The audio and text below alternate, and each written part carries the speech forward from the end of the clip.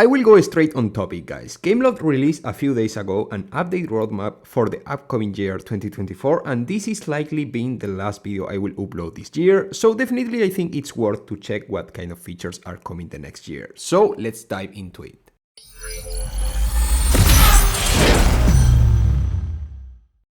Alright, so this video will be more like a recap of the most important things mentioned in the December roadmap, including potential scenarios that certain changes may generate on the game. And talking about scenarios, the first thing I read right after opening the document is a headline claiming the end of the season tokens. So let's start with it.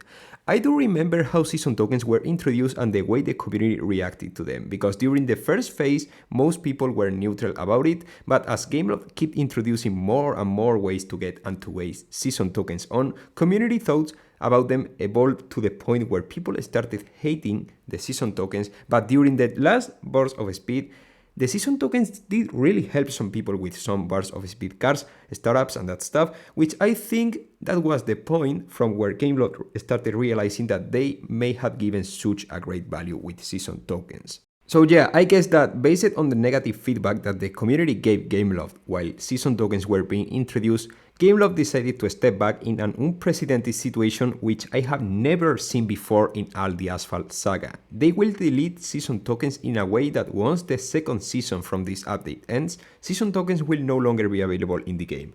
Don't worry guys, because all the season tokens that you don't use during the last season will be converted for tokens for one last time.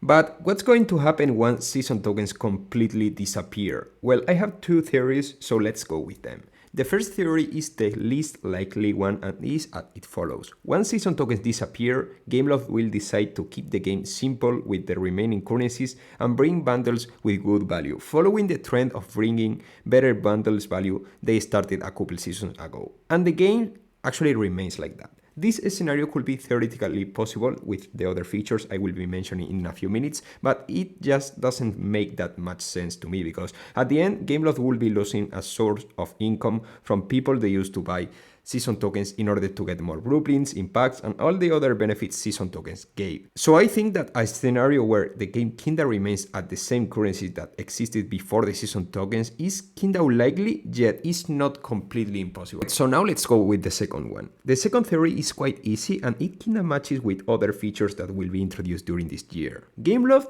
removes season tokens, alright, and adds a new currency after a couple of months of normality. This new currency scenario is not completely impossible because Gameloft themselves say that season tokens and their benefits will not completely disappear, as they have taken notes on some of the good aspects, at least to Gameloft eyes, that season tokens had, and they may be reintroduced in the future as the roadmap notes say. This theoretical currency could be the overclock chips, which will be the currency we will have to obtain in order to get overclocks. But wait, what's that? Well, seems like it's right. The next update we will be getting a brand new feature called Overclock, which will allow us to boost the stats of some of our cars. Each season a few cars will be available for Overclock, and these cars will be featured more during that season game modes, so we can get more profit of the feature, you know.